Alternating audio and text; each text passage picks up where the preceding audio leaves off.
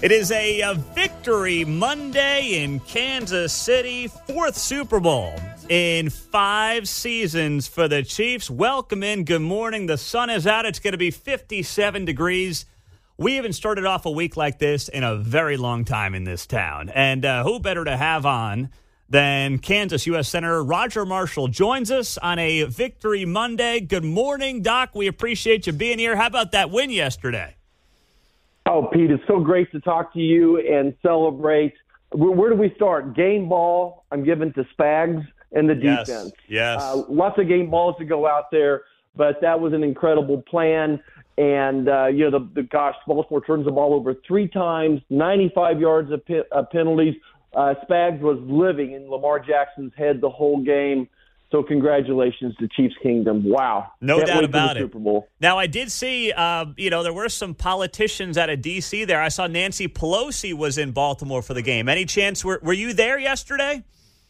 I did not make it. I was traveling yesterday, actually getting back to D.C. I got to watch part of the game on the television. I've replayed it at home. Oh, yeah, she was born and raised in Baltimore. Wasn't her dad the mayor of Baltimore? Yeah. Yeah, she's having a little sad day. So sorry, Nancy. Maybe next year. But here's the thing. Now she gets to root for the 49ers because, that's really her district, right? So she like classic Pelosi, even when she's losing, she's figuring out how to win, I guess. Yeah, did you see how empty that stadium was in San Francisco yesterday and how many Lions fans? The Chiefs would have never allowed that. I agree. So we'll see. We're already the underdog.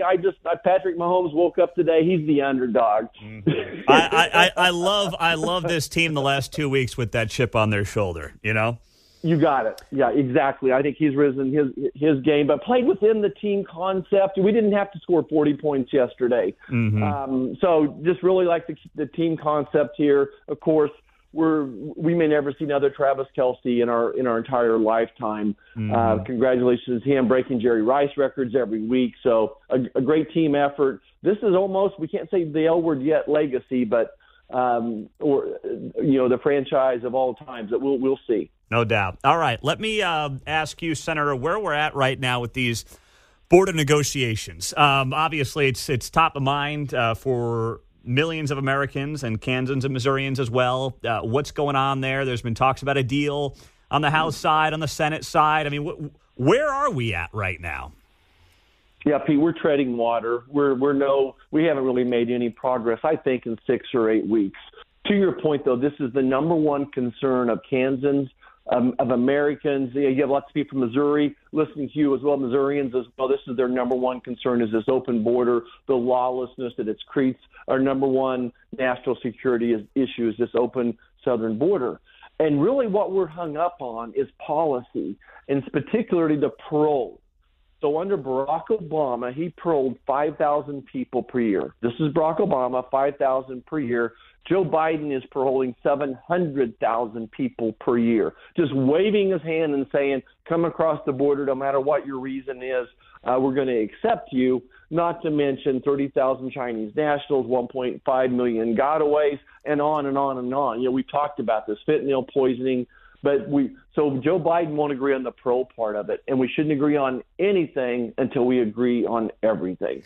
So I saw this rumbling about, this deal cut between McConnell and Schumer that basically would allow 5,000 people to, essentially start working and eventually becoming citizens at some point in this country.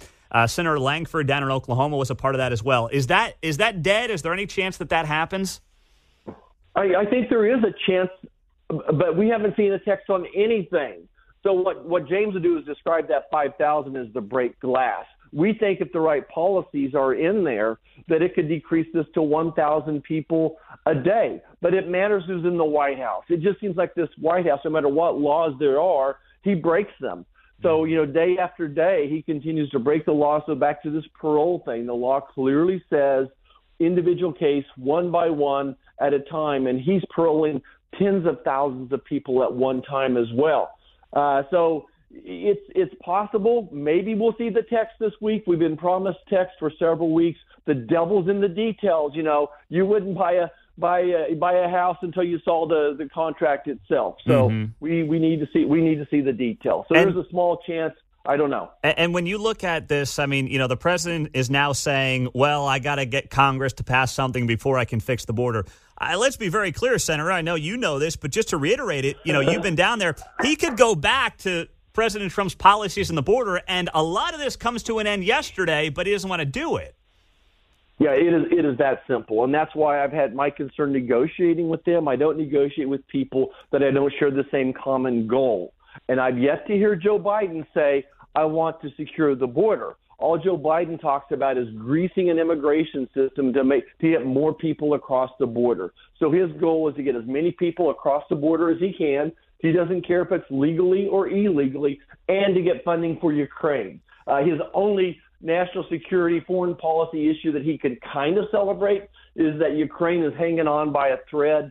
So he wants that as well. But to your point, Joe Biden doesn't really want border security. If he did, he could fix it yesterday. So, and I know that you have launched an initiative, Senator Marshall, to track serious crimes illegal aliens commit. So what exactly is that? How do you track that, considering you can't even track the people? We don't know where they are or who they are.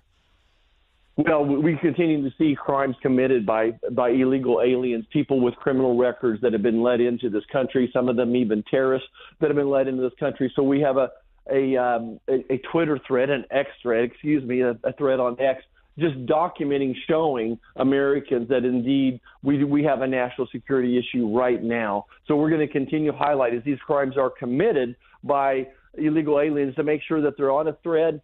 Believe it or not, there's some national media since day one that have said that I'm just blowing this out of proportion, that fentanyl poisoning is not really a big issue. I'm just using it as a lever against immigration.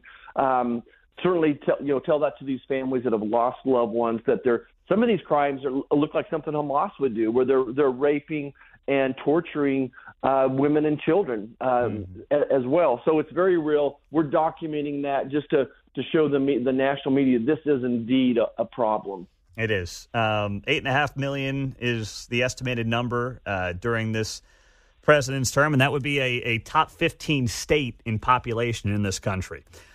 Senator, I want to ask you, too, you did a town hall here recently with young Kansans. What came out of those results that maybe surprised you?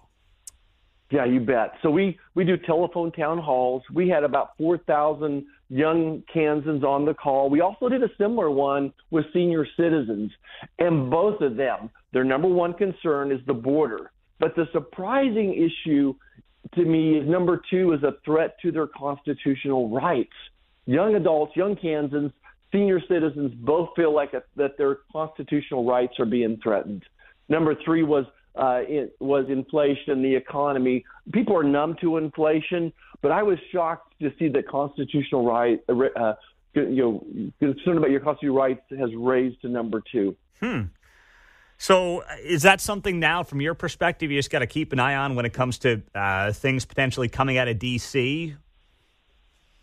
Well, we've been fighting to protect those rights from day one, whether it was for the COVID vaccines, the COVID mask mandates, and social distancing and shutting down schools, and then censoring conservative thought, forcing schools, if you don't allow boys to compete in girls' sport, that you're going to lose their lunches. So it just goes on and on and on, this attack on constitutional rights. Freedom of religion, freedom of speech, I think, are really, really at risk right now. So we're going to keep fighting for those. But again, elections have consequences. I believe that Joe Biden is the true threat to democracy. He's campaigning otherwise. I believe Joe Biden is the threat to democracy. If you have open borders, you don't have a sovereign country. If you don't have respect for law and order, you don't have a republic, a democracy as well. And then all these attacks on constitutional rights, you don't have a republic. If that's what's going on with your federal government. Real quick in the next 30 seconds, Senator Marshall, do you have a suggestion for President Trump, since he is now the presumptive nominee, on who should be his running mate? Oh, gosh. I should keep my powder dry, Pete. I wasn't expecting that one. The great thing is there's a good list. The bench is deep.